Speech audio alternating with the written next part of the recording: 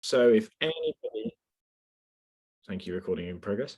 If anybody would not like to appear on the recording, then just make sure that your camera is switched off and you won't appear. Fantastic. Well, thank you all for coming. It's good to see you. I'm recognizing some names and faces from the previous weeks now. So yes, today is our 5th Pillars of Green Politics talk. It is really good to see you all. So my name is Johan and I'll be facilitating the discussion tonight and introducing our guest speakers. So tonight we are going to examine the international system and what a green approach to international justice is. We've discussed in detail over the last few weeks the kind of intertwined links between social justice and the environment. And as we've seen from the very first session that we held in this series, a good few weeks ago now, we've seen that Greens also have that key commitment to both democracy and non-violence as key pillars of our politics. Having been born out of social movements, Green politics has always had one foot in the streets, carrying protests and particularly non-violent direct action as a key element of social and political change. But a commitment to non-violence should not just be limited to tactics, it should inform our politics. News over recent weeks has shown the threat of violence hanging over it, but when we look at a deeper level, violence often shapes the international system throughout history, be that the historical legacies of colonialism and enslavement, or the structures of the international economy that pervade violence against the global south. To take the green pillar of non-violence further, we must therefore examine it within this context. We must commit to international justice in our politics and create a more peaceful and harmonious world. So our speakers will introduce you to international justice from different perspectives. They're each going to speak for around 15 minutes or so about an area of which they have specific expertise. Throughout tonight's session, I'll be gathering your questions as usual for the speakers to answer afterwards. So please message me directly if you have a question and indicate if that question is for one panelist in particular or to be asked more generally. As usual, I'll relay the questions back to the panelists after they have spoken. Jane is on hand tonight as one of our safeguarding officers. So if you have questions or concerns there, then please send her a message. She's going to drop the safe spaces guidance in the chat, which will be applying to this meeting, and we expect everyone to be abiding by that. Jane is also going to be helping us with any sort of tech related issues. So if you have any problems, then please send her a message and we'll do our best to sort it out. If you require captions at the meeting, then you can switch them on by clicking on the captions icon. So without much further ado, I'm going to hand over to our first guest, which is Ross Greer. So Ross has been a member of the Scottish Parliament representing the West of Scotland for the Scottish Greens since 2016. He holds several spokesperson portfolios for the party, including those of finance and education, and crucially for tonight's discussion, external affairs. Ross has previously served as a member of the Scottish Youth Parliament and worked for Yes Scotland in the run-up to the 2014 independence referendum. So over to you, Ross. Brilliant, thanks very much. And yeah, the disadvantage of being in a relatively small parliamentary group is that we all have 1,000,001 different portfolio responsibilities, but external affairs is one that I had in the last session of the Parliament here that I was really keen to hang on to after our elections last May, so I was glad that I did.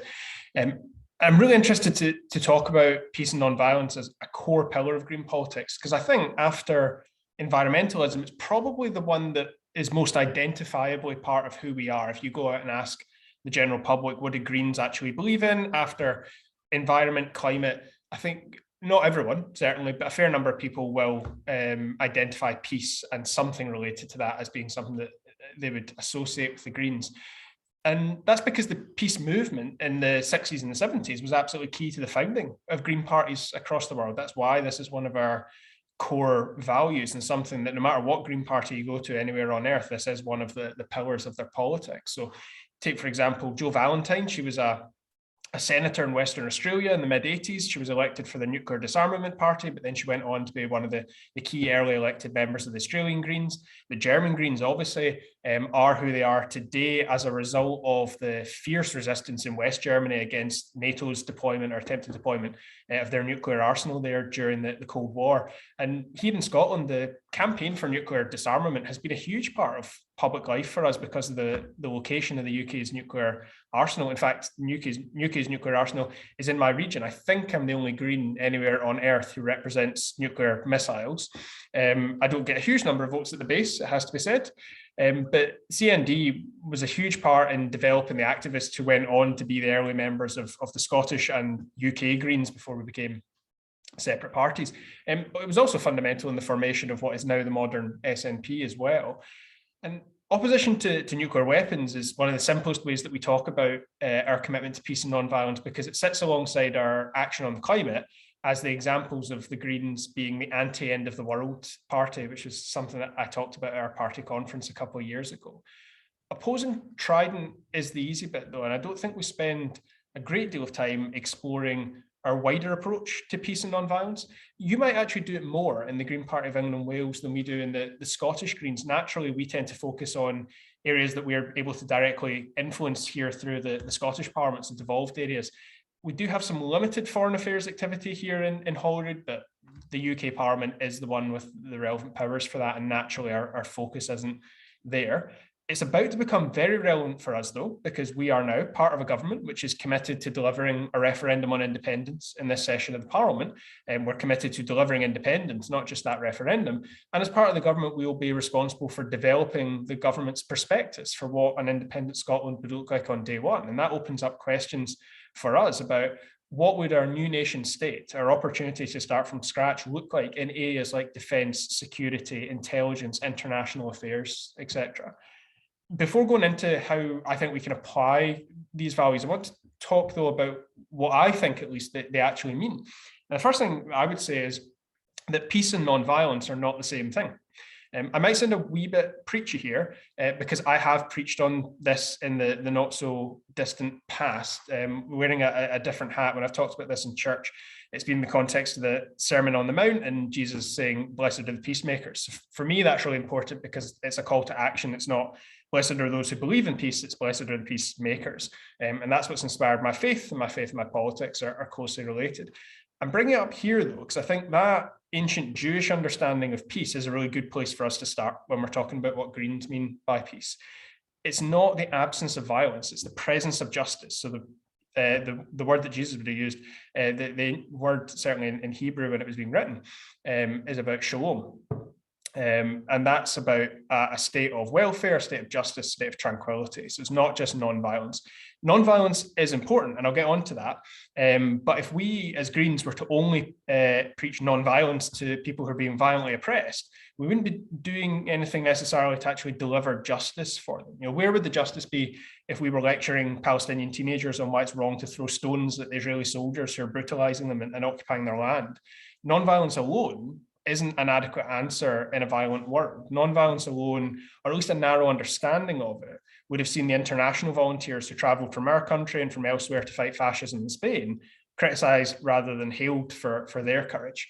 So as you can probably tell, I'm not a pacifist.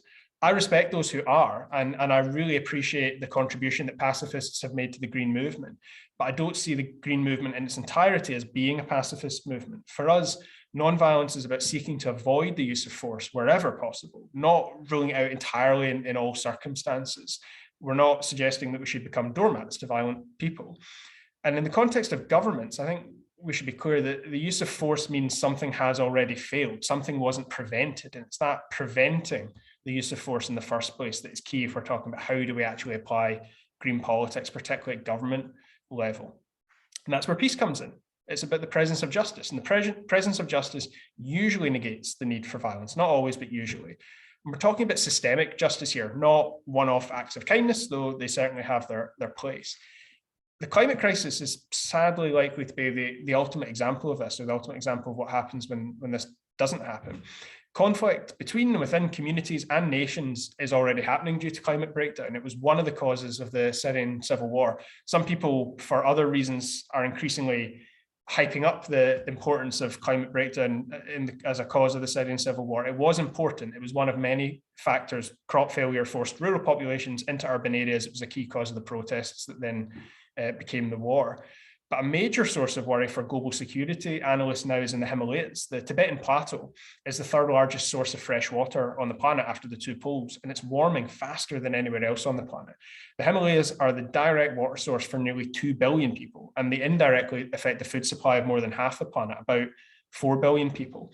And that's where two nuclear-armed superpowers with an already difficult relationship meet at the border between India and China, and that's a border that's certainly not free from violence. And this is where an inadequate response to the climate crisis could lead to catastrophic violence. It's why our work to tackle the climate crisis isn't just about our values of ecology and equality, the climate justice aspect for people. It's about delivering the conditions for non-violence, avoiding situations where violence becomes likely. Peace isn't just about having India and China settle their border disputes and commit to dialogue rather than the sporadic skirmishes that we see at the moment on their border. It's about ensuring that every Indian and Chinese resident has a secure supply of fresh water. And we can only do that if we stop the Himalayas from melting. The concept of justice as violence prevention applies from the global level to the local as well. We know the link between poverty and violent crime. And we also know that poverty is not an individual failure. Communities where everyone has a decent standard of living, secure housing, etc., tend to be safer. And this is where the intersection with it and the understanding of class is really important. I think that's something that we need to develop more as Greens. It's a privilege to live and to grow up in that kind of community. It's a privilege that is not afforded to everyone. Capitalism only allows so many people to live like that. And capitalism is not compatible with peace and non-violence at any scale, from the global to the local. I thought it would be useful to talk through some practical examples of trying to apply these principles, primarily at that global level. And the first one goes back to China. I think it's a really strong example of where Greens don't fall into the trap that too many others on the radical left do. We're anti-imperialists, but we're not just anti-Western imperialists. And for me, at least, I think that goes back to our origins. A lot of the activists who founded Green parties, certainly in Europe, came from the 60s New Left and Eurocommunism. Not that that's a word that a lot of Green parties would necessarily use today. But too many on the left back then defended the horrors of Stalinism for little better reason than the fact that the Soviet Union was the enemy of Western capitalism. But the New Left rejected that. They declared neither Washington nor Moscow. They weren't taking the side of either superpower in the Cold War. Plenty of those New Left figures went on to be key figures in the early Green parties. And I think the same is true today. It shouldn't be controversial to be anti-concentration camps, whether it was the ones that the British invented for the Boer War, the Nazis' concentration camps, or the ones that more than 1 million Uyghurs are imprisoned in today in Xinjiang province in China, which is otherwise known as East Turkestan. That's where our presence is so important. Capitalists won't stand up to China's incredible human rights abuses for reasons of economic self-interest. And they're not short of abusive human rights records of their own, most capitalist governments. But too many others on the left reflexively defend the Chinese government out of this archaic sense of duty to an allegedly socialist state. As Greens, we stand for human rights universally. It's why Greens are prominently involved in solidarity campaigns for oppressed people like the Palestinians, which is popular with others on the left, but rarely people in the center or on the right, and for Tibetans, which is more popular with liberals, some folk on the right, but rarely would you find other people on the left engaged with Tibetan solidarity in the way that a lot of Greens are. The German Greens are proving a really interesting example of this. I've certainly got my criticisms of them. They're not nearly as radical and transformational a Green Party as either of ours are. But Annalena Baerbock, who is now German Foreign Secretary, is beginning to lay out a far more coherent human rights-based foreign policy than what's been common in Europe in the past, certainly than what Germany's policy towards countries like China has been up until now, which is overwhelmingly about economic interest. That'll be difficult. The German Greens are the junior partner in a coalition government with the Social Democrats, and the German Social Democrats are quite unusual in their weirdly weak on Russia in particular due to the relationship that their previous chancellor has with the Russian state gas company. But I think it's absolutely essential, that green approach to this question. I think it's essential because China's heading towards becoming the world's preeminent superpower.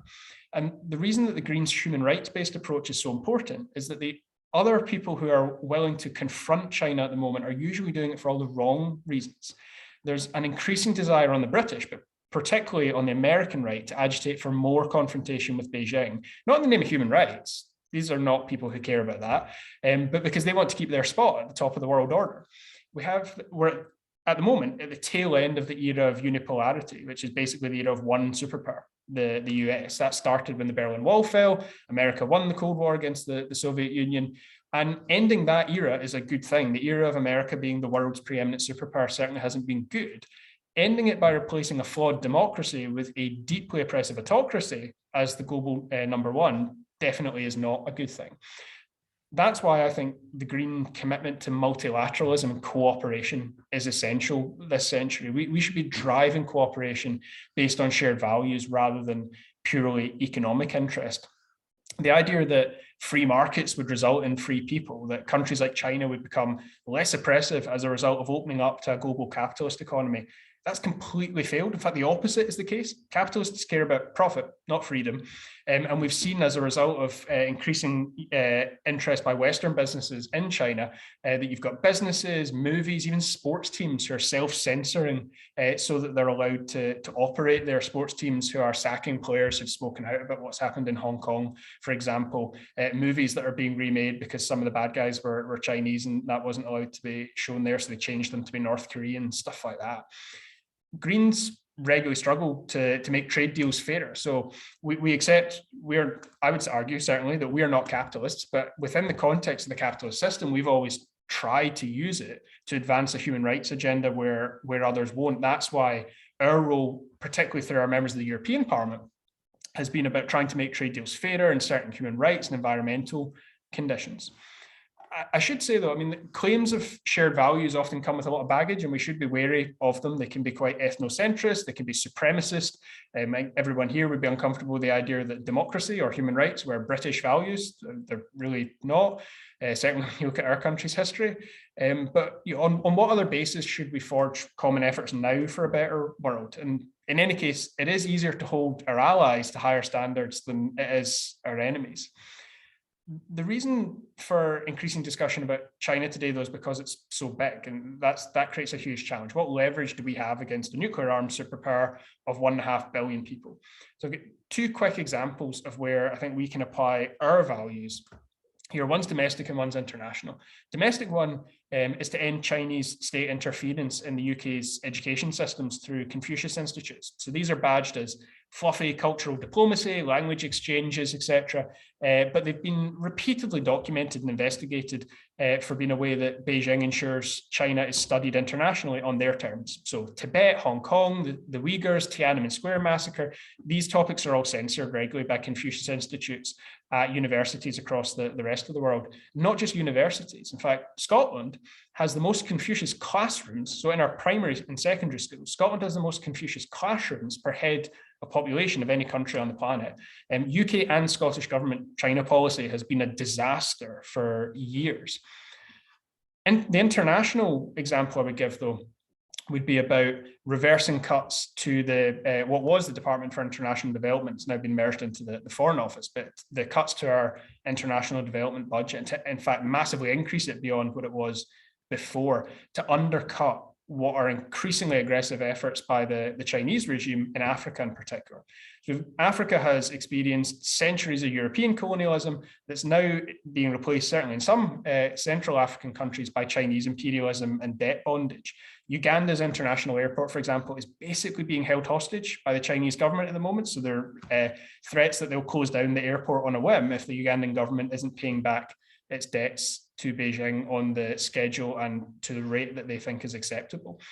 If we were paying reparations for our historical crimes against these countries and these peoples, the Global South would be much, much less reliant on Chinese loans and Chinese investment. There are other examples of international action that, to be honest, would not be particularly effective against China, just due to size, though they should still be used, and they have been. The one that I want to briefly highlight is the role of sanctions. It's really important that we as Greens take a human rights-based approach to sanctions. Too many people just reach to sanctions as the answer to any government elsewhere in the world that's being oppressive to its own people or to others. American sanctions against Iran restrict medical supplies. They've resulted in tens of thousands of avoidable deaths. They've done nothing to weaken the Iranian regime. American sanctions against Cuba have created immense hardship for people there for decades. They've completely failed at regime change. Compare that to the global sanctions against apartheid South Africa, which were effective.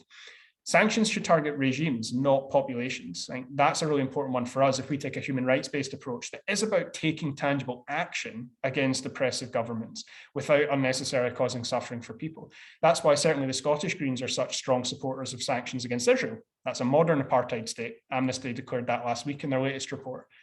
The counter-argument to sanctions, not unfairly, is the hypocrisy of Western nations with horrendous human rights records of our own, punishing others for doing effectively the same thing. People in Palestine or Tibet who are suffering, though, can't wait for us to sort our own shit out on this stuff. And if other countries want to slap travel bans and asset seizures on British and American war criminals, let them. That's a really good idea. But for us, these are tools that can achieve that more peaceful world. They're not just about playing the great game of superpowers. And in any case, on that point, the UK isn't a superpower, and that's really important to thinking, how do we as Green parties in the UK approach this? We're not Green parties in a superpower. We're Green parties in a country that is a middling power whose nuclear arsenal keeps it on the UN Security Council. It's a middling power having a very public identity crisis about the fact that it's lost its empire. So applying these principles to domestic politics leads us to some obvious conclusions that we're familiar with, which is why I've not talked in great detail about them. We should be stopping the UK government's support for arms dealers and the devolved governments as well who support them in other ways. We should be stopping the granting of export licenses to oppressive regimes. We should be recognising the UK's culpability in so much suffering across the world and developing a compassionate asylum system. Just very briefly before I finish off, there's one example of overlap between UK domestic and international policy that I think is useful here, and that's about our relationship with Russia. Obviously, newsworthy at the moment, we would all like to prevent a Russian invasion of Ukraine. We certainly reject NATO, especially the US saber rattling on this at the moment. The Ukrainian government have repeatedly spoken out against the Americans, declaring that an invasion was imminent. But we recognise that Ukraine has a right to defend itself and to decide its own place in the world order. I say that as someone who's anti-NATO on principle. I think it should be simple for Greens to reject a first strike nuclear alliance, but Ukraine should have the right to decide where its place in the world actually is. So how do we contribute to stopping that war? Going into why Putin's doing it in the first place, I think would fill another hour. But the UK has some unique leverage here because so much of the money laundering that the Kremlin and those associated with it rely on happens through the City of London. So a concerted UK effort against money laundering is good domestic policy for us, and it also weakens a regime that is threatening regional stability as well. Economic justice is usually a prerequisite for peace. Also, if we got our shit together on renewables and sorted out interconnectors to mainland Europe, we could help end the reliance that a lot of mainland European countries have on Russian energy supplies. There's loads of other stuff we could talk about, though, but I've already spoken for long enough. We could talk about repurposing our armed forces to meet global challenges like the climate collapse, rather than just projecting force across the world. We could talk about trade policy. We could talk about democratic global governance and reform of the UN. I'm not going to talk about all of them, though, because I would be here for another hour. So I'm just going to end on one brief example of where I think solidarity is really important and where green politics in action really matters. And that's in northeast Syria, which is otherwise known as Western Kurdistan. That was liberated from the Assad regime a decade ago by its primarily Kurdish population. And for years now, it's been governed on the basis of democratic confederalism. It's a feminist society. Women are represented at every level of power in Rojava in northeast Syria. There's better gender balance in their politics than in ours. Not that that's particularly hard, but there's better gender balance in their politics than almost anywhere else on earth. They've laid out a future for all of Syria, a democratic future for all of Syria, and in fact, all the world. It's genuinely revolutionary. But they fought a brutal war against ISIS to do it, and now they're being threatened with ethnic cleansing by Turkey, by a NATO nation, one of our allies. There's a challenge here for us, because I think we should absolutely be supporting the administration in northeast Syria. We should be supporting these revolutionaries.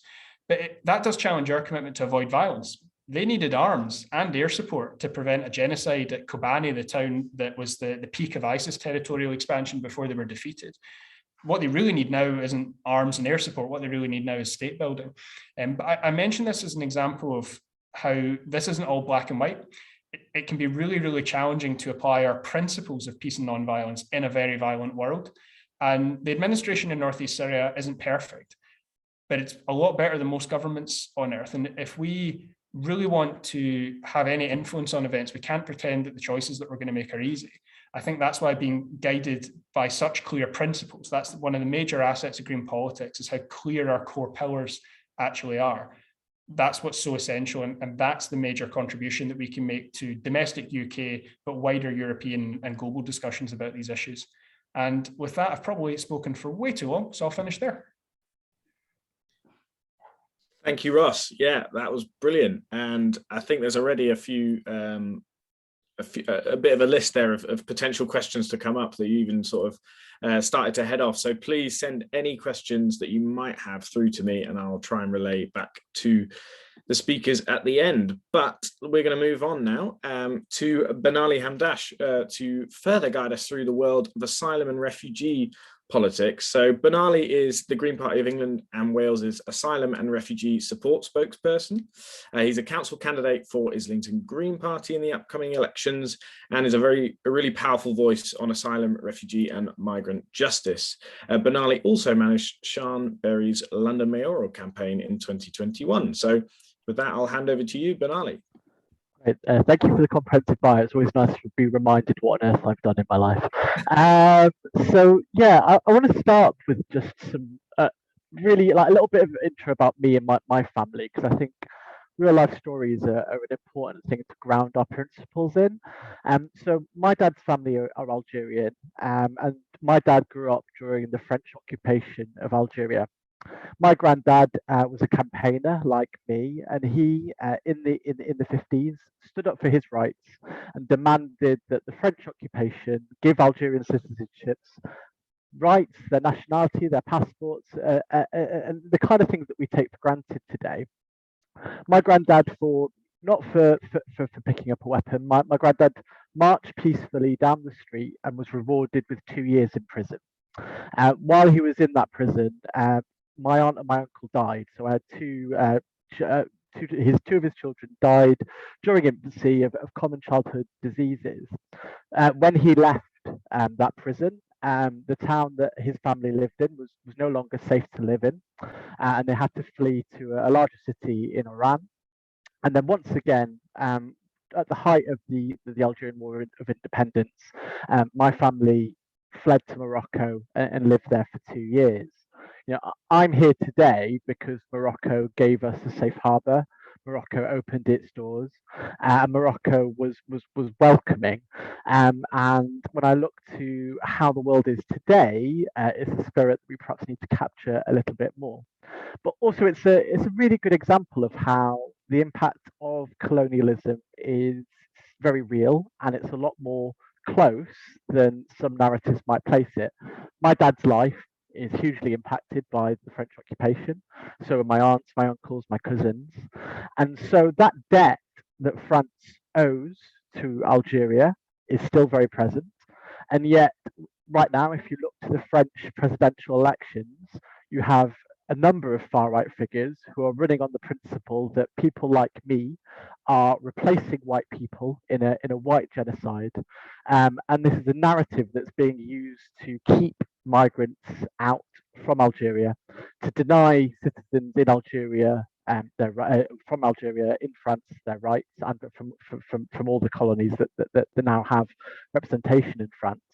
And so the reality is that we still live in a deeply unequal world, that the debts that we have to the global south have not been paid in any way, shape or form, and in fact are being, rather than being fixed and being recompensed for, are being worsened. I mean, one of the worst examples I can think of that, again, from a French concept, at the height of the Arabic Spring, when democratic protesters were taking to the street demanding that President Benali, no relation, that would be removed from office, the French state's response was to offer military police to put down the rebellion.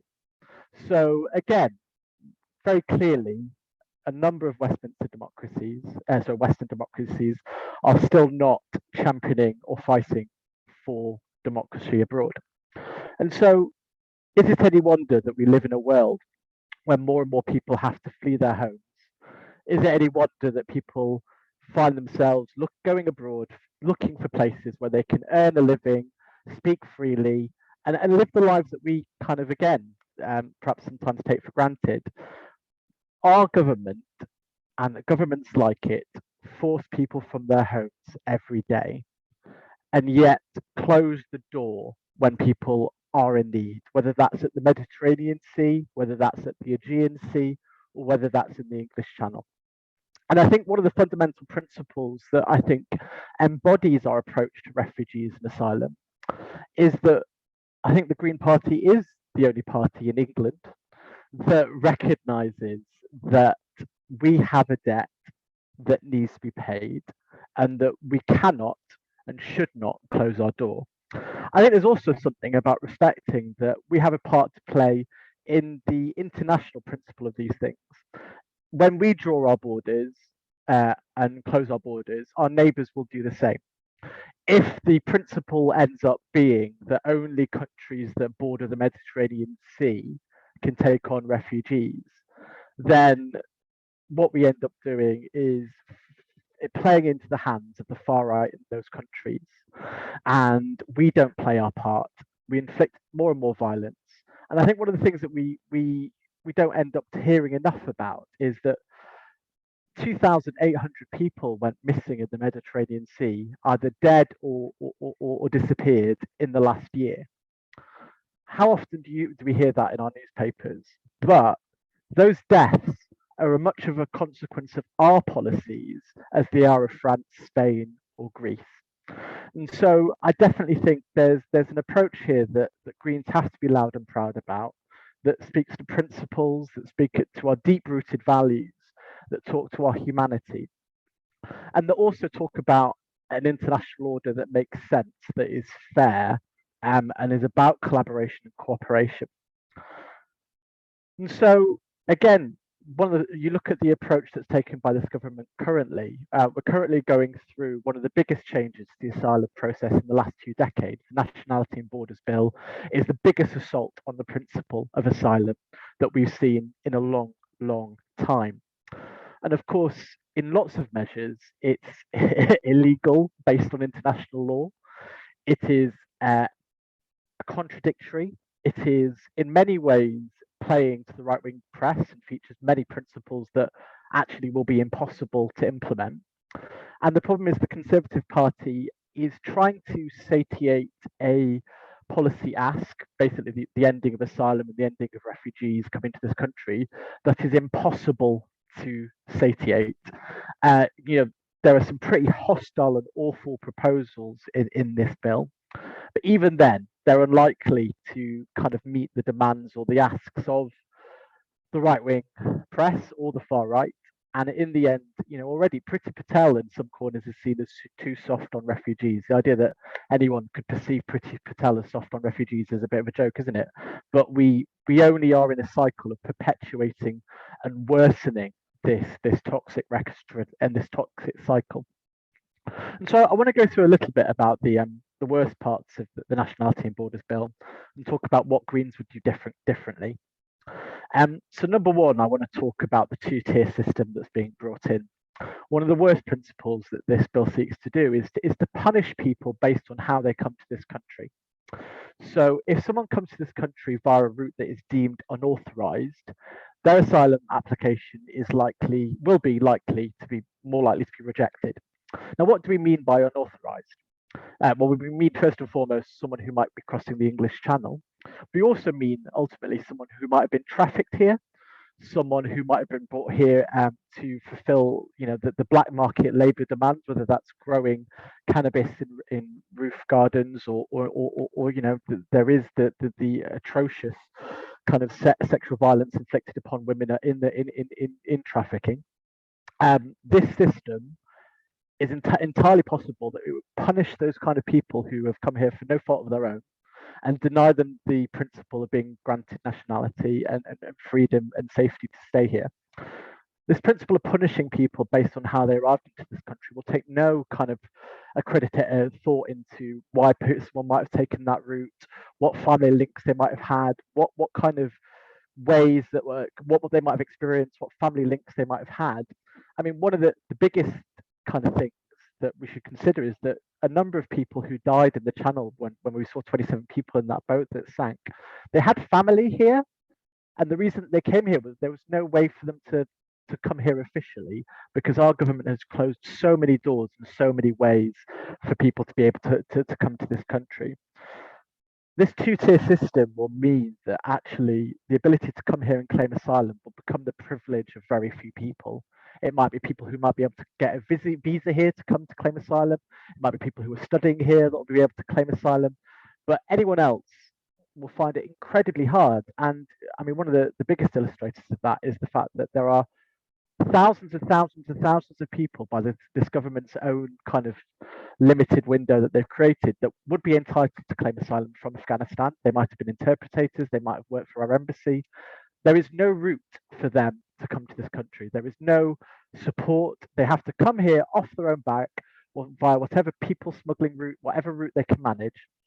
Priti Patel's new bill would say that despite having the right to claim asylum here, despite the promise that they would have a warm welcome, if they came here by the only route available to them, they are much more likely to have their application rejected. And that fundamental undermining of the principle of asylum is one that I think is horrifying, and one that we should call out. I think our green alternative is about reopening those safe routes and deeming them and calling them for what they are: authorised, safe and welcome. So the Dubs Amendment was something that was brought in by a lord in the House of Lords, asking for us to create a route for unaccompanied children refugees to be brought over to this country.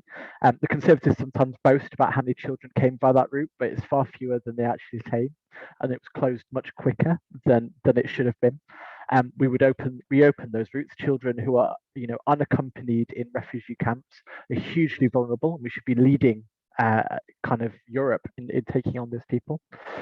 We absolutely need to pay our debt to Afghanistan. This is a country that fundamentally is collapsing right now, with huge amounts of hunger, poverty and conflict because of our government not stepping up to deliver aid and our failed attempt at state building. We owe those people a debt, and we should be working hard to bring people over from Afghanistan and giving them freedom, giving them liberty in this country.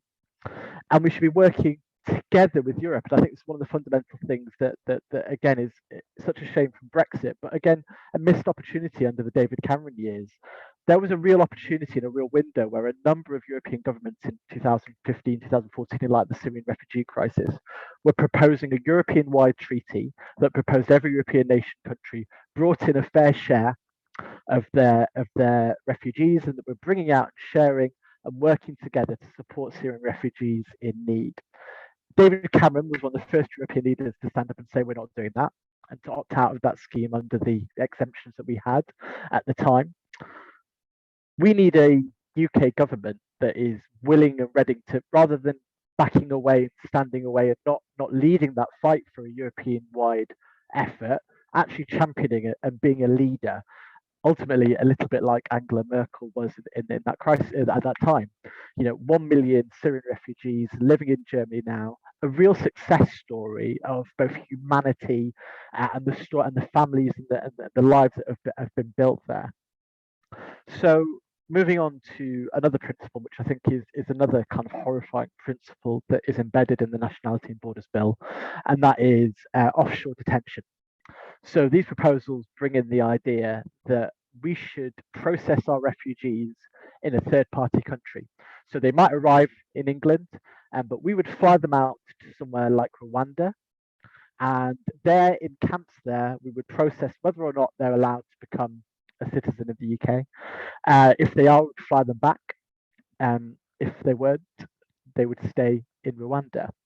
Now, this is a principal policy that was rejected by Theresa May, not necessarily because it was too cruel, but because it was logistically impossible and a waste of taxpayers' money. But again, this government is working with, unfortunately, the incredibly anti-immigrant government of Denmark to explore the potential for this.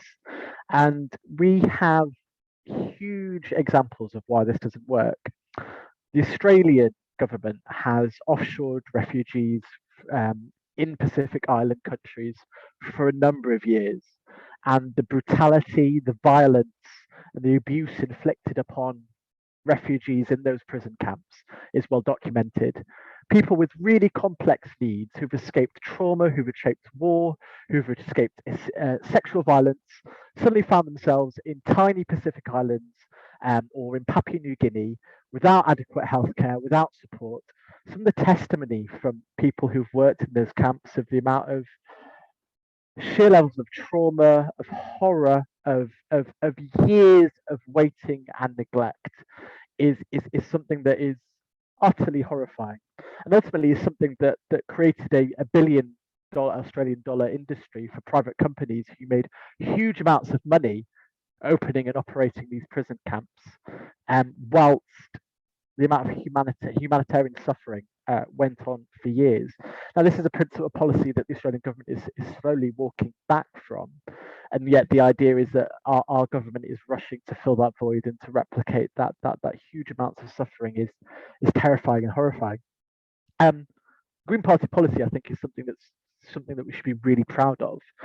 We recognise that detaining anyone in any of these camps is utterly unacceptable, and I think we've been at the forefront of saying that facilities like Yarl's Wood and Napier's Barracks should be shut down. Whilst people are having their asylum claim process, they should be in the community, supported by our community, living in our society, being able to access education. Prisoning people who've escaped horrific conditions is a sad testimony, I think, of this government, and sadly the Labour government before its values, and ultimately is fruitless. I mean, we had a really good pilot scheme of refugees not being imprisoned in prison camps run by this government only last year, which showed that these people didn't disappear. It was a more cost-effective way of supporting people, and it worked. So again, I think the biggest thing another big thing to highlight is that this kind of industrial prison complex that we've created for refugees and migrants is a waste of taxpayers' money, if not an incredible way to make companies like G4S richer and richer. So I think, again, green values here are something to be proud of. They are something that are markedly different from Labour. And actually, just to touch on that, I think something that's true of green parties across the world is that when we've been loud and proud on the issue of refugees and asylum, we've quite often done very well. The German Greens were at the forefront of being crystal clear that they welcomed Syrian refugees, whilst Merkel had her party kind of infighting behind her back, and the Social Democrats there weren't clear either.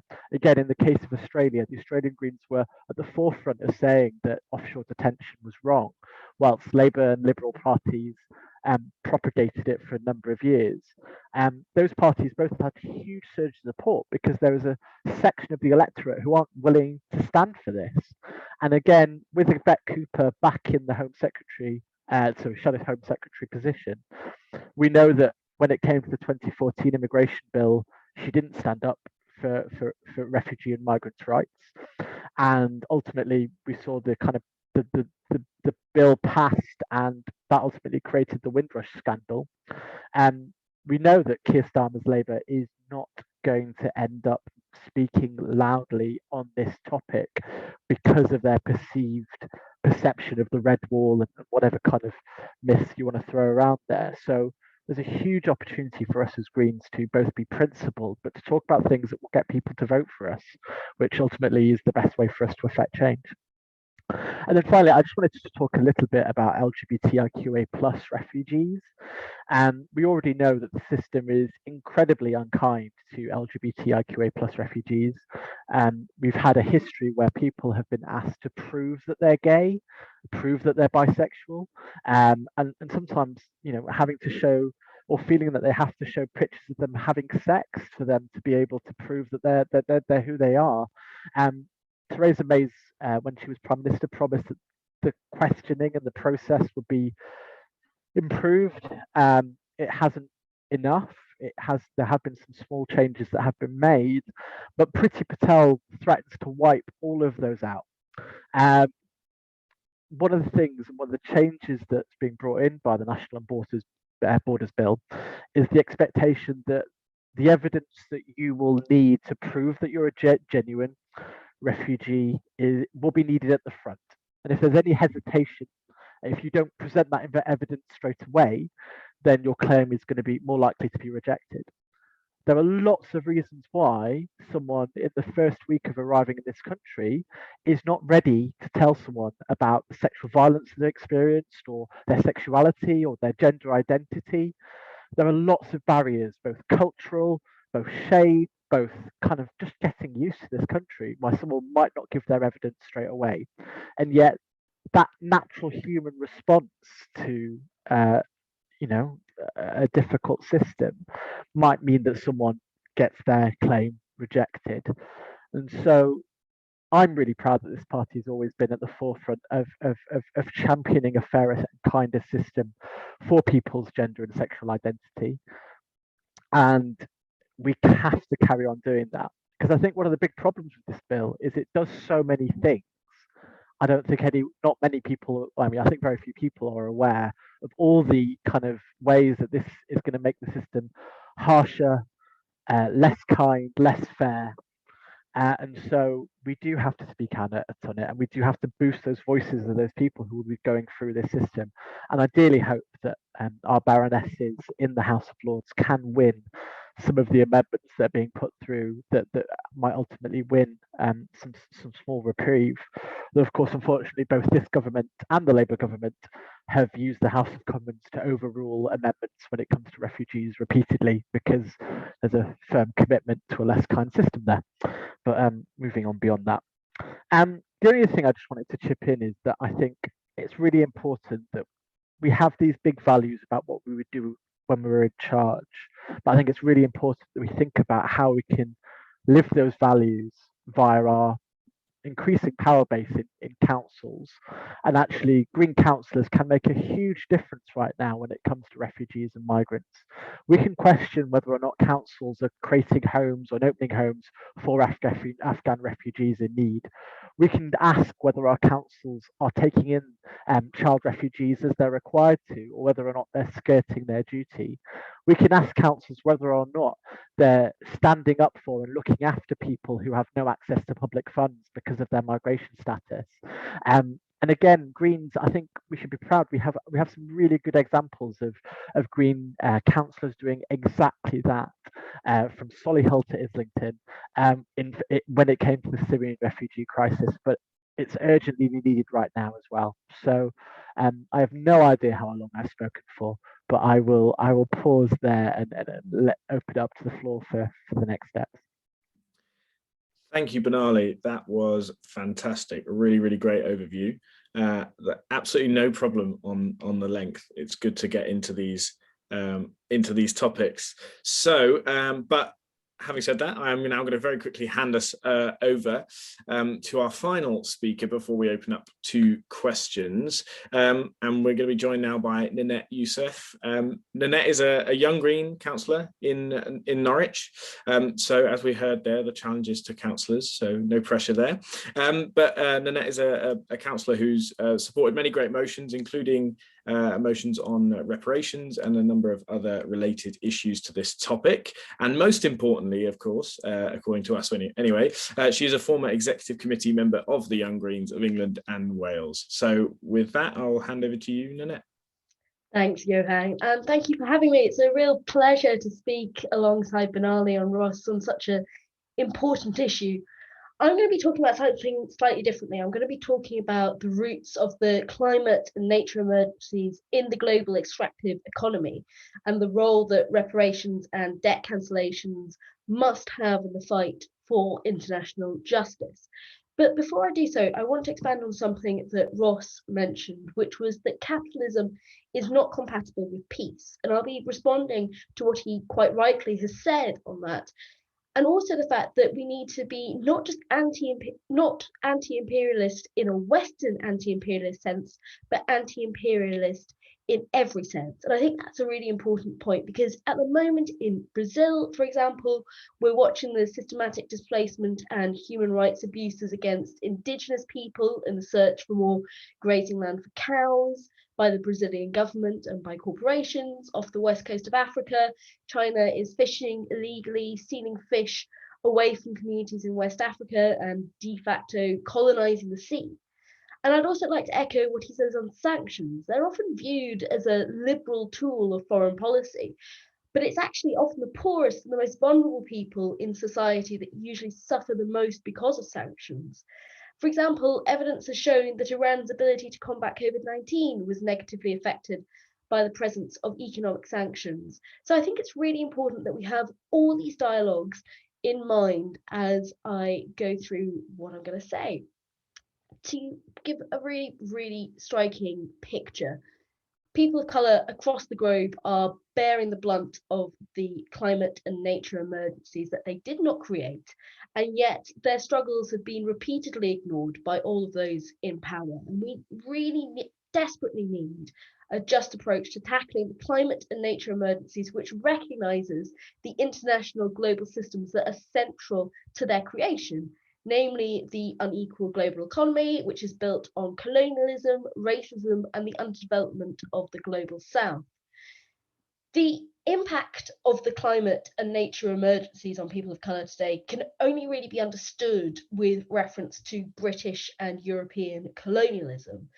Because though emissions at the end of the 19th century are dwarfed by later figures, colonialisation established the model of the global extractive economy, which today is still seeing raw materials from the global south plundered for profits realised in the global north. And as climate justice activist Elizabeth Yampiri puts it, climate change is itself the legacy of extraction, of colonialism, of slavery. So I think we need a little bit more historical context to explain fully what I mean. I'm sure you'll all be aware about how the Industrial Revolution began in the late 18th century in the UK, but what a lot of people don't realise is that the Industrial Revolution was reliant on colonialism and the global extractive economy. And it was only through the appropriation of large quantities of natural resources from British colonies in the global south that the UK could undergo the rapid expansion of its technological and mechanical capabilities, which created the infrastructure and the technology that many of us here in the global north rely upon today. But it was also this very industrial revolution which marked the beginning of large amounts of CO2 being released into the Earth's atmosphere. And indeed, leading up to 1882, more than half the world's cumulative emissions came from the UK alone, which is a really, really striking figure. So let's pause here and let's dive a little bit deeper into an example of the appropriation of large quantities of natural resources from British colonies for use in the UK. In 1938, the British colonial government gave exclusive oil exploration licenses over Nigeria to the Shell Exploration Company, which many of you will now know as the Shell British Petroleum Company. And British oil exploration during this time was driven primarily by the needs of the British Navy, which in 1912 has switched all its fleets from being coal to being oil powered. And as the British Empire produced little oil at that time, the search to secure a vast supply of oil within its empire led to exploration policies across West Africa, which was known for being a source of oil. And by 2011, Nigeria was the largest producer of oil in Africa and the 11th largest producer of crude oil in the world. Petroleum exports represent roughly 86% of Nigeria's total export revenue, and almost half of all these exports are to the US, to Europe, to South America. But whilst this trade is hugely profitable, large percentages of the population in Nigeria don't benefit it, living in a state of induced poverty and underdevelopment. And whilst Nigeria is the largest economy in Africa, 47.3% of Nigerians live in multidimensional poverty. And since the 1970s, the Delta region of Nigeria, where the majority of this oil drilling has taken place, has lacked basic communities in the infrastructure, including a lack of roads, schools, drinkable water, and medical facilities. To just dive a little bit deeper into that, between 1976 and 1992, over 2 million barrels of oil polluted the Niger Delta from 2,976 different oil spills. And these spills contaminated the soil, the water, they made indigenous farming techniques and fishing techniques impossible. And today it's reported that no fish remain in these rivers and that the groundwater is contaminated with carcinogens and toxins. The rainwater is acidic. And so, whilst the Niger Delta is one of the 10 most important wetland and coastal marine systems in the world, it's also the world's most severely petroleum impacted ecosystem.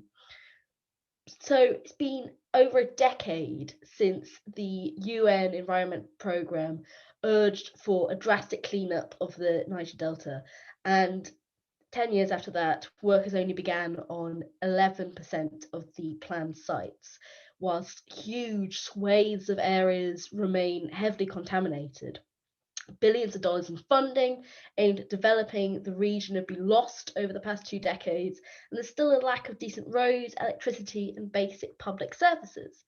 So in Nigeria, this gives us a really good example of how the British government exploited and drained Nigeria's natural resources for use in the UK and the British Empire, servicing the needs of the British, but more importantly, the British with the British upper classes who had a vested interest in this imperialism.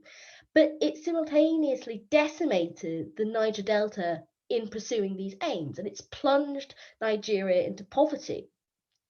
The drain on the global South's resources by the global North is fueling both climate change and poverty, and it's part of the global extractive economy. It shows how economic and political leverage continues to be exerted by foreign companies and states, including the UK. And recent evidence has shown that richer companies have drained a total of $152 trillion since the Global South since 1960, relying on cheap labour and exploitation of other resources. And a lot of that has been around 6 major oil corporations who are all based in the global north, who account for 2/3 of the world's production of oil and have profited hugely at the expense of people living in communities where this oil is extracted from.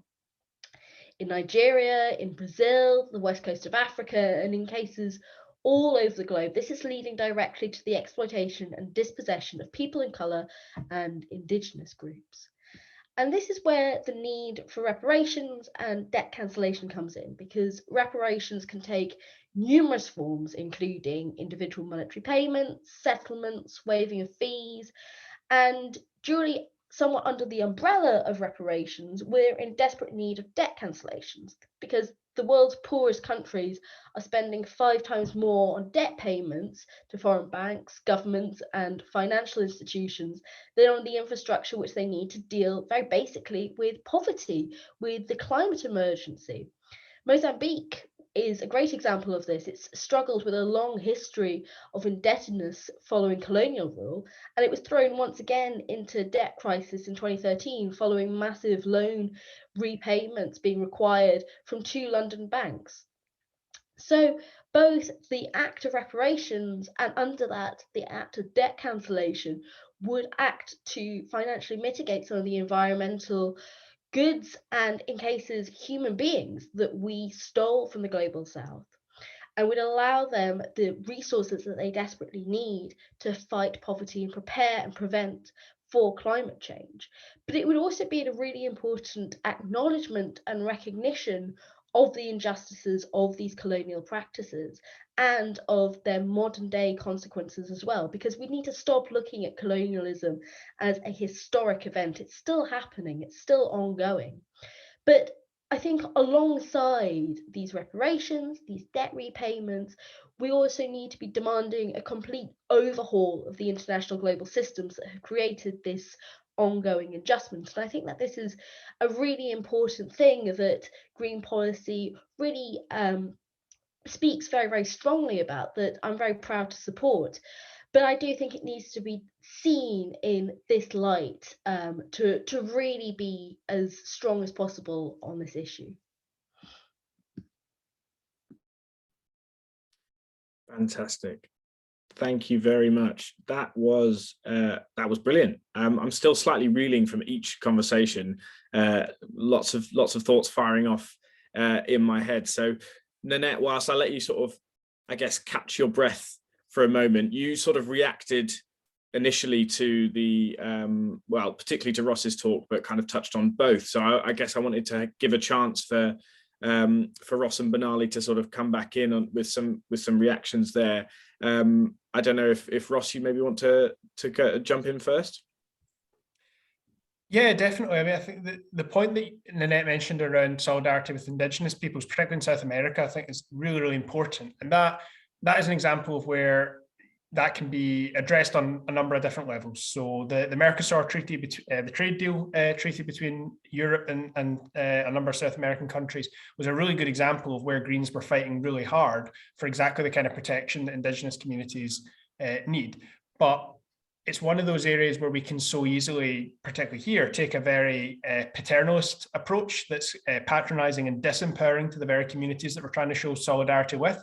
So that's why so much emphasis, I was really proud of the amount of emphasis that went on at COP at making sure that Indigenous delegates could actually get here to Scotland for the event and could actually have their voices heard directly, because quite a few times in the past, what we've seen was, quite understandably, a number of delegates either representing Indigenous communities or indeed small Pacific Island nations weren't actually people from those communities or nations at all. It was people from rich Western countries who could afford to get there and who volunteered to do it on their behalf. Now, credit to those individuals, they made sure that these people had a seat at the table at all.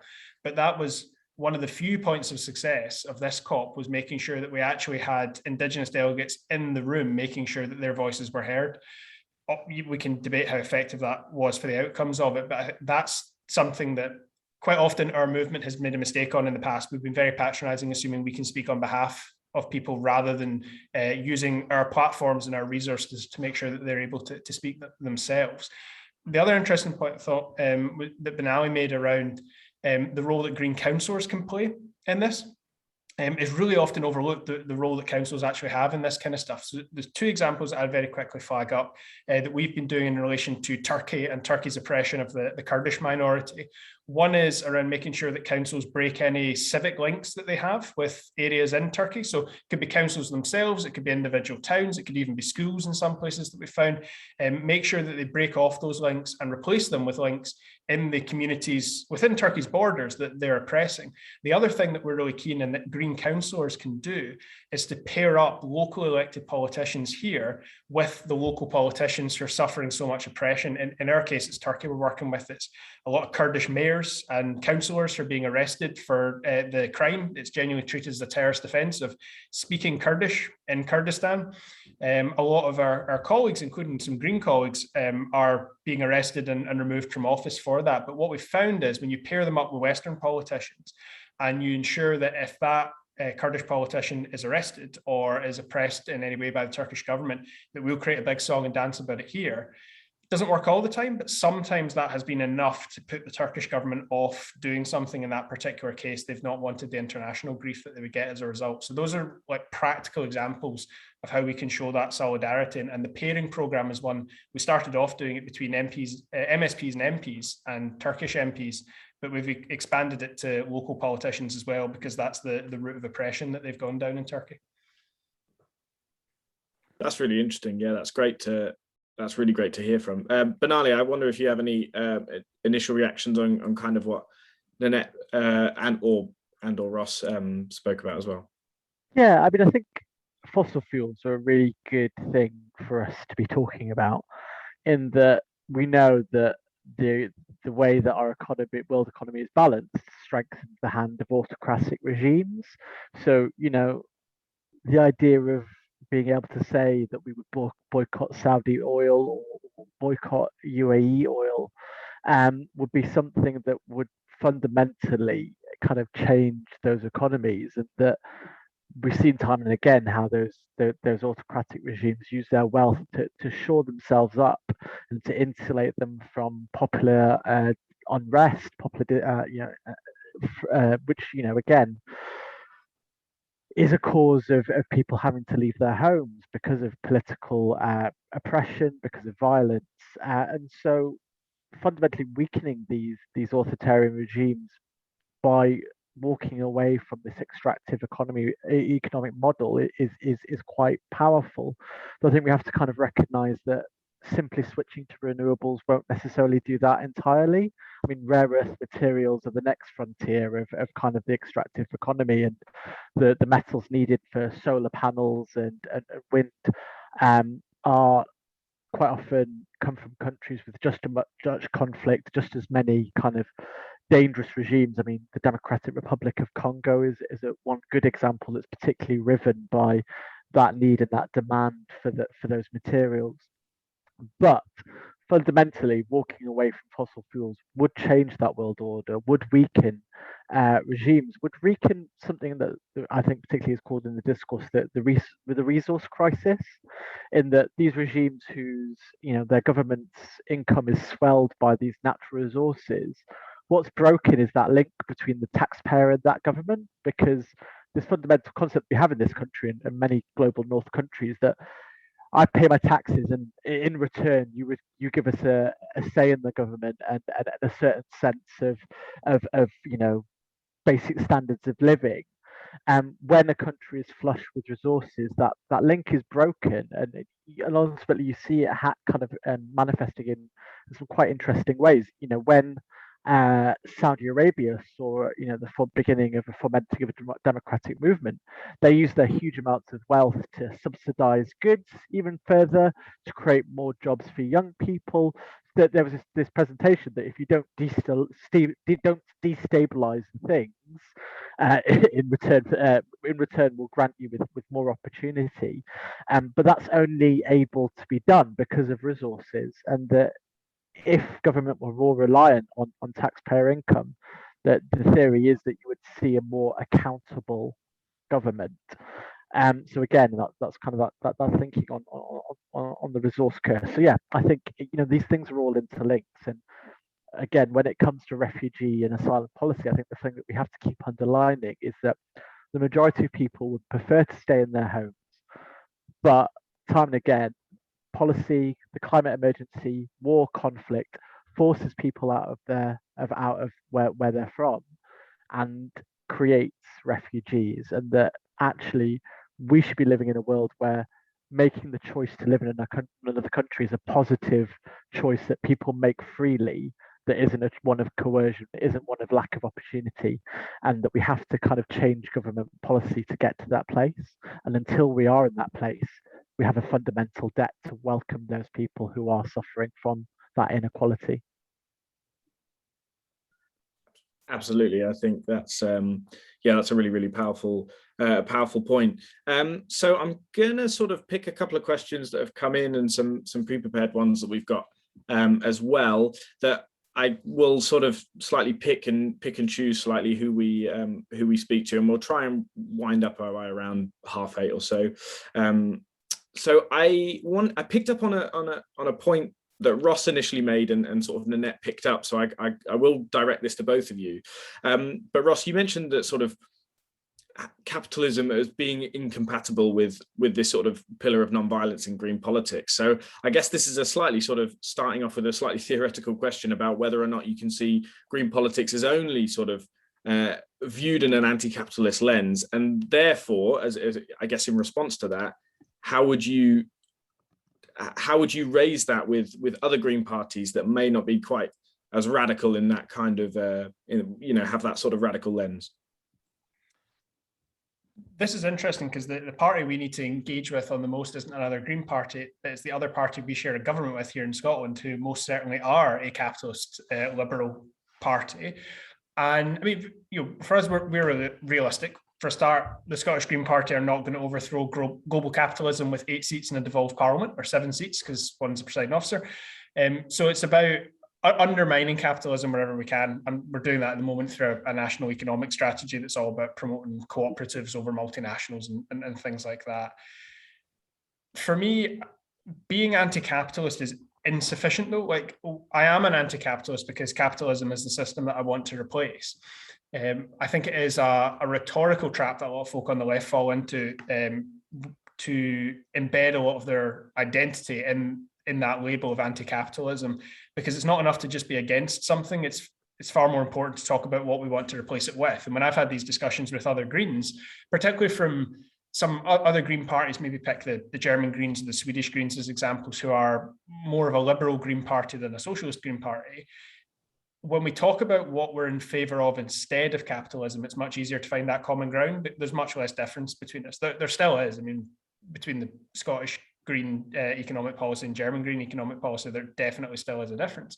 But when we focus on that alternative that we want an economic system that is not driven by GDP growth. We want an economy that serves people rather than the other way around. So the ways that we measure it should be about human well-being and the health of the planet rather than about profit. Those are things that we can agree on. We want an economy that's more locally rooted in communities so that profits don't disappear off to multinationals. These are things that we can all collectively agree on. Now, like, ultimately, it's a spectrum, and the Scottish Greens would go much further along on that spectrum than the Germans would. But if we are talking about that kind of common cause on an international level, when we use a phrase like anti-capitalism or even socialism, that will definitely shut off some of our Green colleagues from engaging. When we focus on what we want instead, the common ground is there, because those core pillars of Green politics do unite us around a pretty similar vision for society.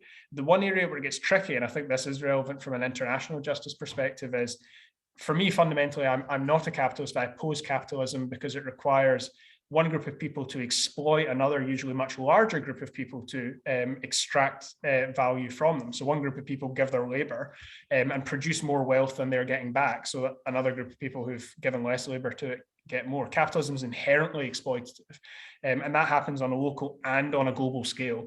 And that's, much of what Nanette was talking about resource extraction from countries that are already rich, extracting from countries that are already poor. That is global capitalism in action.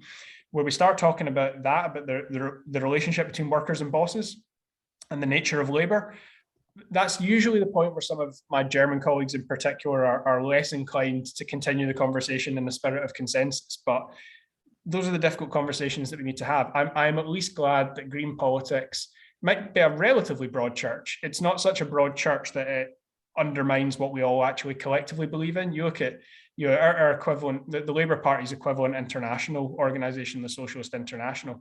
That church is so broad that there are dictatorships in it. But that's not for us. We have shared common values. It might put us in different specific places on specific issues, but we can genuinely say that we share values with every other party, or certainly in the European Greens at least.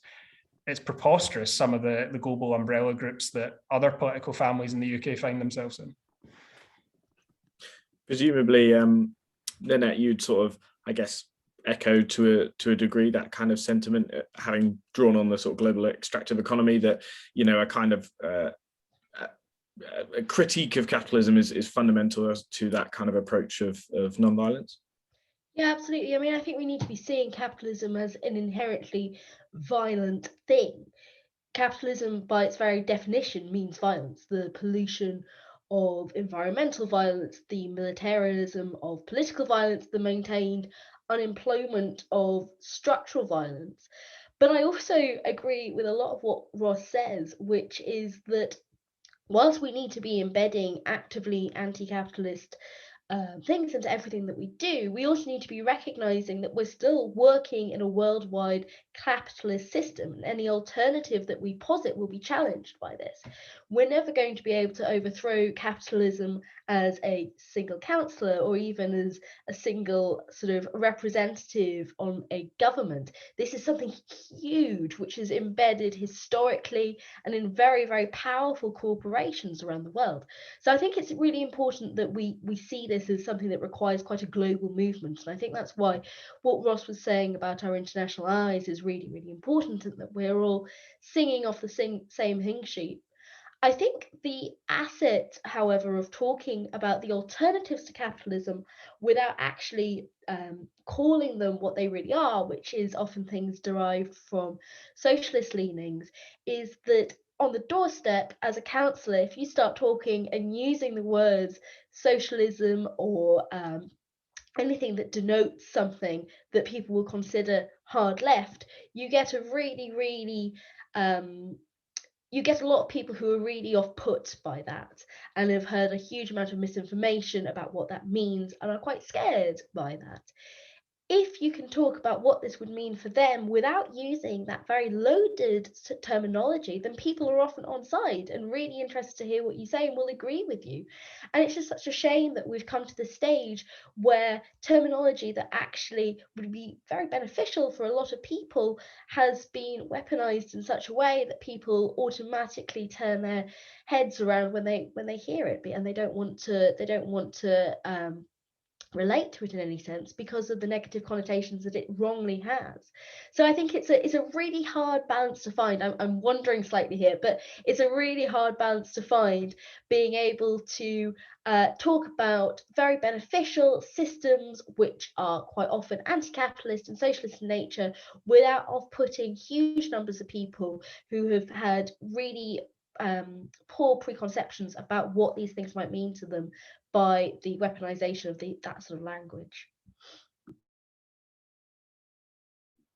Brilliant. Yeah, I'm sure we could get bogged down into a sort of messaging discussion at some point if we needed to, but I'll park that for now. So what I'm going to do is I'm looking at the clock and I see that we're rapidly running out of time. So I vaguely ask each of you a sort of an individual question kind of thing, and then we'll try and sort of wrap it up. So I'm going to go back to our original order, if that's okay. So Ross, I'm going to sort of roll a couple of questions together again to slightly cheat, but we've obviously, you know, it's very, very topical right now, the kind of things that you touched on, particularly in regards to Russia and Ukraine.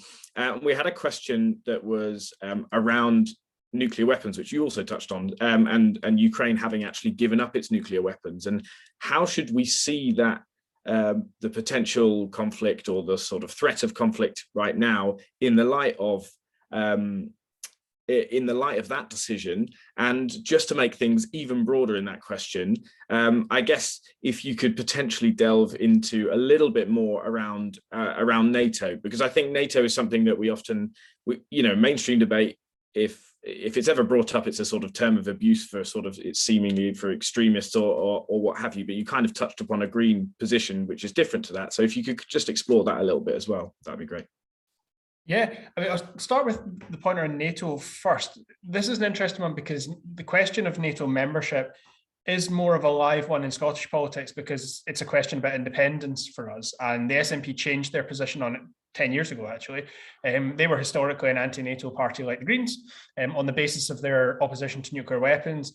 For what they would consider to be pragmatic reasons, they changed their position on that. So they're now pro-NATO, anti-nuclear weapons, which we would consider to be an incoherent policy. So most NATO member states are not nuclear armed states, but they all exist under the collective nuclear umbrella of the states within NATO, Britain, America, France, etc., who are the nuclear armed nations. NATO is a first strike alliance. That means it reserves the right to launch the first strike in a nuclear war.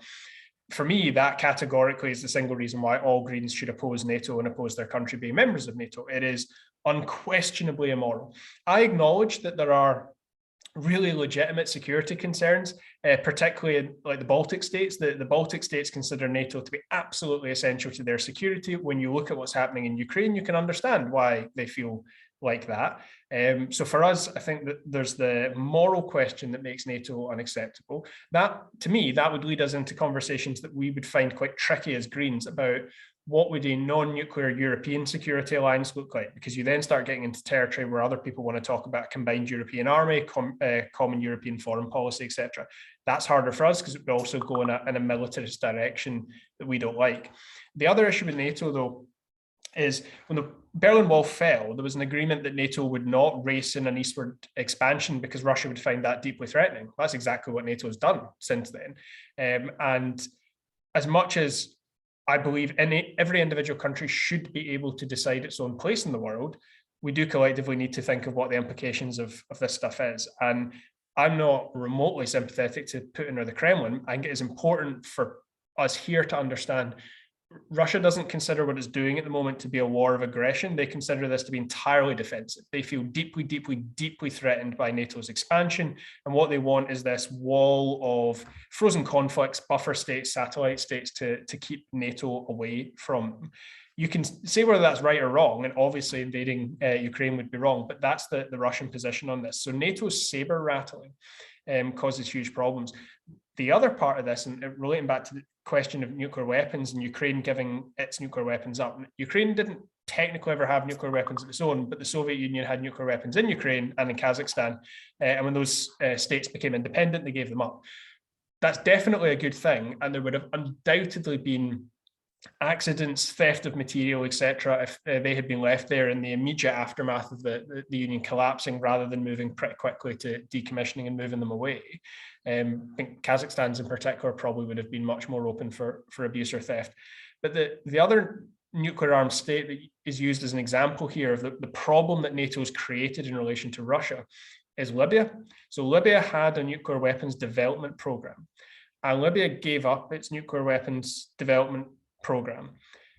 And not immediately subsequent to that, but eventually subsequent to that, NATO overthrew the Gaddafi regime in Libya. Now, certainly not sympathetic to the Gaddafi regime, but the problem that created was it sent a message to any other nuclear armed state or nuclear aspiring state: if you ever give these weapons up, NATO can take you out. But if you have these weapons, there's no way NATO is going to do that. And that's the problem we've created. We're not going to march on Moscow and take them out for a whole range of reasons, but one of which is the mutually assured destruction that comes from everyone in that situation having nuclear weapons. Ukraine doesn't have nuclear weapons of its own. I think if they did still have those, if they had, I hate the phrase independent nuclear deterrent, it's what our opponents in this debate use, but if they had an independent nuclear deterrent, Russia's approach to Ukraine would be very different. But I think NATO, in intervening in Libya in the way it did, has created an absolutely disastrous precedent for itself that has ramifications, particularly when it comes to Iran and North Korea, actually. But it is going to make it very, very, very difficult when it comes to the relationship with Russia. The approach that we should take to nuclear weapons, though, is a perfectly consistent one, because it's a moral as well as a strategic and an economic one. Morally, they're wrong. Strategically, they don't provide security in the way that we want to see provided. Economically, the UK's nuclear arsenal is going to take north of £200 billion to replace. And it's not even really an independent nuclear arsenal. It's dependent on the Americans for a range of reasons. So our opposition to nuclear weapons is a straightforward one at a parliamentary level. We don't want to see Trident renewed. It's one that you can also address at a local level as well. A lot of local authorities and other public bodies have their pension funds invested in the companies in the nuclear industry, whether it's the companies who are building the submarines or the companies who are responsible for the weapons themselves or the systems around them. So if you want to contribute towards a nuclear-free world, if you want to contribute towards de-escalation in that context, that's something that we don't need to hold out hope for a UK parliamentary majority against Trident. Check where your local council's pension fund is invested, because the odds are it's invested in companies who are connected to the Trident program in one way or another. Yeah, brilliant. Again, that's the role for I guess, getting involved locally and local councillors as well. So again, no pressure to those of you who either are or aspiring to be. So Benali, I'm going to come to you, and there's so many questions, but I'm going to have to just pick one. And so I wanted to pick on, I guess, a question that you kind of touched upon about the role of the far right, and I guess the way that how you see the far right as having dragged, I guess, mainstream, in inverted commas, attitudes towards migration further to the right. And then I guess in a sort of looking towards the future, is there a way that something could happen potentially in reverse by appealing to a better, to a more humane politics around migration and asylum issues? Yeah, absolutely. I mean, so yeah, we've absolutely had a race to the bottom when it comes to rhetoric around migration. I mean, the first kind of tinkerings of this were back in the Labour, Tony Blair's government in the early noughties or late 90s, and it was kind of driven by the Daily Mail kind of creating this idea of the fake asylum seeker, and loads of fake asylum seekers were coming to this country, and progressively we saw a hardening of legislation through that kind of whispering campaign that was driven by, ultimately the tabloid press. But I think one of the most horrifying things is to think about the policies of the BNP and UKIP in the noughties, and to think about how many policies or arguments that were seemingly a little bit more on the fringe then have been implemented or are going to be implemented by this Conservative government. I mean, the BNP famously in the noughties talked about the idea of paying people to leave. And then it was Theresa May's government that had the go home vans that offered the people the opportunity to go home and then have that funded for by the government. So, again, things that seemed impossible in the noughties have been embraced, partly because of our electoral system. That means Conservative strategists were concerned about losing votes to an insurgent, extreme or far right party, and then not getting those Tory MPs in that they wanted. So I do think there's something to talk about our electoral system forcing our main two parties to embrace rhetoric that's ultimately incredibly toxic. But I really do want to say, I think one of the biggest opportunities and roles for us as the Green Party is to be this antidote to that kind of politics. I mean, I had a friend who was thinking about leaving the Green Party for the Labour Party, and she had one Labour person who I won't name, but is quite well known in the Labour Party, who sat her down and said, if the Green Party doesn't exist in England, and Scotland's a different dynamic, I'll leave it there. But if the Green Party doesn't exist in England, there is no political pressure for Labour on social liberal issues, whether that's refugees, whether that's trans rights, whether that's a whole bundle of things. And that if we aren't an electoral force, Labour will only find itself pointed at the demands or the imagined demands of the Red Wall, and it will feel no political pressure to live up to the values and the beliefs of what are a lot of Labour core voters who will have this perception that they have nothing else to choose and they have to vote the Tories out. And I think fundamentally our movement has to get a lot better at winning elections quickly to be this antidote to politics as is. And, I think potentially for the Green Party, with a really sharp message around issues like this, there's huge opportunities for us to do really, really well in places where there are big clusters of people who share our values. I mean, I think people sometimes forget, but in 2015 in Bristol West, when people were so disappointed by Ed Miliband, they were so disappointed by the Ed Stone and the tough on migration mugs, we saw was it a 27% surge to the Green Party in Bristol West. That's one of the biggest surges recorded in history. Now, fundamentally, there is no reason why that surge couldn't have been replicated in places like Hackney, Islington, Sheffield. It's just that they're a little bit further behind in that electoral progress that's been made in Bristol, like winning those councillors, putting the hard work in. And actually, to link these big global problems back to the unglamorous but slightly, he says, looking at the leaflets on his table here that he needs to deliver, like fundamentally the hard work that goes into getting those councillors elected in those places are how we start to threaten Labour and to put our tanks on its territory and tell it, actually, there's no walking back from these moral issues of the day. And yeah, I think it's really important that we link these things in our head. And tomorrow I really need to deliver those leaflets. That's a good sort of call to action for you individually anyway, but for all of us. So I'm going to give the last word before I do a quick roundup. The last word to Nanette, and I kind of wanted to bring this back to climate change, basically, because we are Greens after all. So you did discuss obviously the global extractive economy, and obviously I guess the big issue on the horizon is, the climate emergency and our response to that. So I guess there's potentially two sides to this coin. There is by tackling climate change, we have the potential for, embedding justice principles globally. but also there's a potential for those justice principles not to be embedded in any response to climate change. So do you see something like the Green New Deal, for example, as potentially even just replicating that sort of global extractive economy that you've been speaking about? Yeah, that's a really interesting point, because I think that is something that we are seeing, is climate change solutions taking place within a capitalist system, and these are capitalist solutions to a problem which has been created because of capitalism. How can that possibly work? How can that possibly be effective? I think a good example of this is how there are certain companies who are positing to do carbon offsetting. Carbon offsetting, for people who don't know, is when you will pay a company to do something green, whether that is to plant a tree or to, in some cases, deliver energy efficient light bulbs to small towns in the global south. And this is supposed to offset some carbon that you've produced, be that from flying or be that from driving. So you still do that activity, but you supposedly offset that activity through these companies.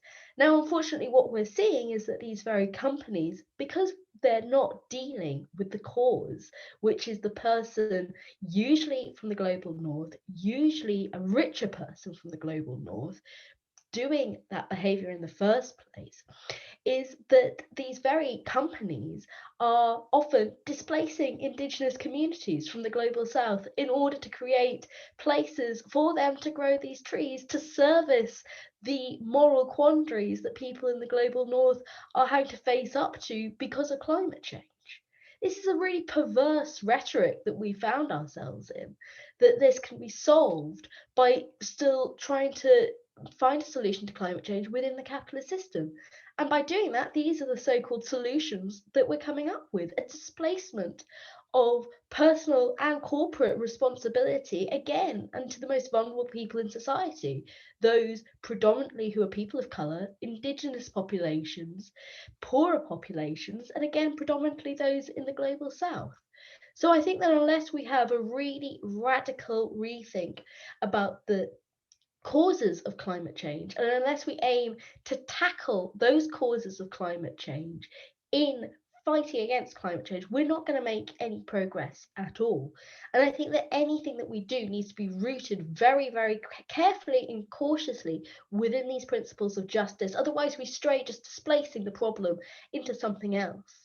Like Benali was saying earlier, so many green technology is, again, based around the extractive economy. If we're just solely transitioning to green technologies, which are just as exploitative in their origins, okay, we are reducing our reliance on, say, fossil fuels, but we're just displacing it into something just as egregious, just perhaps not as directly threatening to the global minority in the global north. Brilliant. That's a really great way to round it up. And I want to say a big thank you to the three of you for some amazing talks. I've got a lot to digest myself here. But before we round up, I just want to leave a couple of quick messages before we get going. If you've been here for the last couple of weeks sitting through these talks, then thank you very much for coming. But you'll also have heard me talking recently about the Young Greens of England and Wales's residential programme 30 under 30 at the moment. Don't worry, I'm not going to go through the whole spiel again because applications have now closed. But if you are here and you have applied, we hope to be in touch with you in a couple of weeks' time about the status of your application. So please do keep an eye out there. I guess on a slightly sad note, we only have one week left of this series.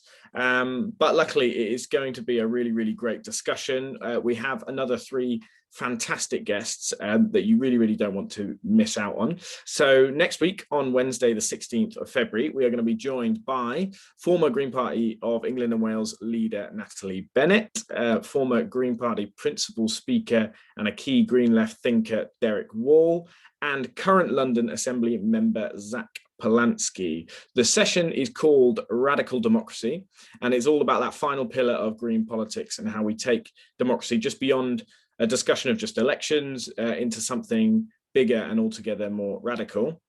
So to make sure that you don't miss out, you can sign up for that session right now. We're going to share the link in the chat so that you can RSVP and you can get the links and everything straight away. Please share the link to this session with anyone who you think might be interested. We really want to reach as many people as possible with this series, so please do invite them along. We'd also really appreciate it if you could share your thoughts about tonight's panel and why everyone should come along to our final session next week. We're going to drop a click to tweet in the chat just so that you can easily communicate how great the session was, and you can even draw on some of those kind of themes that came out there, which were really so fascinating. Yeah, sharing those thoughts is really helpful. It helps us attract new people, and obviously the whole point of this is so that we can continue to build a movement for social and environmental justice. So please, if you can help get the word out there, that is really brilliant. And I guess the final thing to say is, if you enjoyed tonight or any of the other sessions in the series, then please do consider supporting the Young Greens with a regular donation. Even just the price of a cup of coffee once a month. It shows your support and it puts us in a better position to help plan our activities. These things go towards our events, our campaigns, our election activities to help win the political transformation that we've been speaking about tonight. We're not backed by the rich and powerful, as some of our discussions may have hinted at earlier, but we are really a people-powered movement, so we need people to come together in order to help spread that message. So we'll share the link in the chat, and we'd really appreciate any support you could give. Before I leave you to get on with your evenings, I want to say another massive thank you to the three awesome guests. All kinds of reactions, on camera, Zoom reactions. Thank you so much to all of your great insights, and we will let you go there, and we look forward to seeing you all next week if at all possible. Thanks everyone.